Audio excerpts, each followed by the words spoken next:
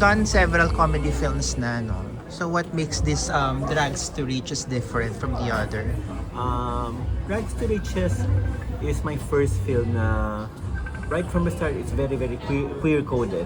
It's about the milieu of drag and kabaklaan. And most of my films, usually ang sabi ng mga tao sa style of film ko and comedy is very male centric and palaging may tamod ganun or something. So in here, it's a challenge to channel that kind of queer, chaotic, irreverent energy na in a way it's my homage to comedies ni Wendy Ramas na siguro isa sa mga regrets ko na hindi ko siya naka-work or something. So parang yun yung how do you call this, different here na I wanna do a riot comedy in the milieu of drag performance.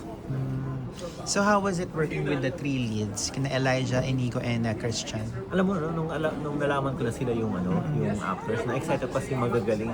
And parang you haven't seen them on screen together, so parang may excitement on how to bring out yung chemistry ng tatlo. And it was so refreshing and surprising kasi ang kukulit nila. Ang dami nilang ideas, ang dami nilang ad-lib na ginagawa na kalokohan, ganun. So parang nag-enjoy ako kasi parang I appreciate actors na ganun. Kasi doing comedy, you have to be smart eh. You have to be a smart actor kasi alam mo yung character mo and alam mo how to attack the humor and the punchline.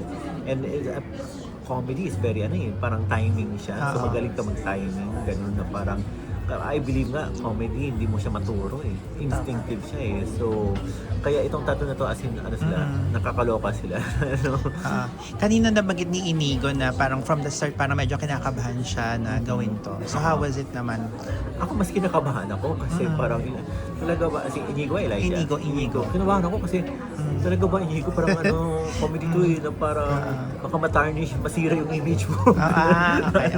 Na parang, diba, it's very hard ganun. So in here parang ginagago ko lang sila. So parang paano natanggap ni Inigo yon yung ganung feel ko parang hadikulis. I'm very thankful kasi I'm in-observe ko lang sila. Tinutulungan siya ni Elijah at ni Christian na maging comfortable, very very relaxed sa role, and yun parang sumasakay lang din siya sa sa kagaguhan ng co-stars niya. And yun, parang I appreciate actors supporting each other. Ganun. So, yun, I mean, I talk to them and isa na way may support ko sa kanila. But most of the time, inaano ko na, maglaro kayo ha, kung may maisip kayo, gawin nyo. Ginaganon ko sila. So, namin nilang and to add lang din sila thankful ako sa supporting cast like sila Makoy, si Mrs. Tan, as in ang gagaling nila itong sila yung mga Becky cast namin sila Deja, Kiva, as in revelation sila kasi nakakatawa yung eksena nila. How about Elijah? Kasi parang ngayon lang siya nag-comedy naman. Yun din, parang nung nalaman ko na tinanggap ni Elijah, parang sure siya. Kasi same din, kinakabahan ako kasi parang ginagago ko lang siya. So may eksena dyan na kailangan niya mag-macho dance. Gano'n na parang, sabi ko, paano gagawin ng isang agawad or winner? Itong eksena to. So parang, alam mo, when he went there, ginagim siya, wala niyang pakialam. Ginawa niya. And kami lahat parang sinuhold namin yung tawa namin kasi commit siya eh. So parang sorry sa gawad uri winner na napa-eagle dance siya ganun. Yun. So ganun. And Christian naman kasi parang done a lot of parang homosexual yung role niya. So how was it naman here? Ayun. So parang one of the challenges na talk namin ni Christian is how to differentiate itong character niya na si Jonas from the past from the past na mga roles niya na parang may times na parang nag-watch out kami, parang gumagano si Christian, Rick, mukhang si si X sa doon sa previous film. So may ganun kami na parang, sige, i-recalibrate natin na ganun. So parang may timpla kami sa character on paano niya i-atake si Jonas. And I think in a way, come back to ni Christian sa film. Kasi parang nag-TV series ata siya, nagpahinga, ganun. So parang may may anticipation. And ayun, yun nga, parang si Christian is a very, very smart actor and dalim niyang mga heels, ganun. Kaya I'm very thankful. Ano yung lang, statement ng movie na to about sa Pride community? Okay.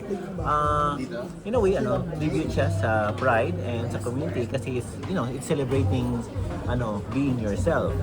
And when we were writing this, na parang, in a way, ang big idea ko dito is parang everything is performative. Everything is just a performance.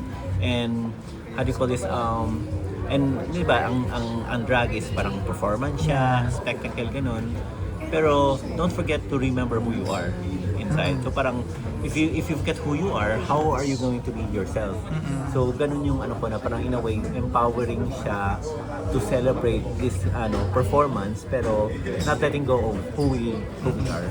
So, ganun siya, performative male. Doon yung idea na parang, ano ba performative male, di ba? Ano ba tong performance ito na mag-pretend ka to be straight? It's a performance, di ba? So, mga ganun. Bakit kailangan panoorin ang Drags to Riches? Okay. Guys, kailangan panoorin ang Drags to Riches kasi if you want something to liven up your mood, gusto niyang tumawa, gusto niyang riot at kalimutan yung problema niyo for a while, manood kayo ng Drags to Riches kasi ito, sure kayo, kabog ang mga pasabog dito at matatawa kayo and may mga gintong aral kayo mapupulot dito sa Drags to Riches. Please watch Drags to Riches exclusive in SM Cinemas this coming June 24. I'll see you sa cinema.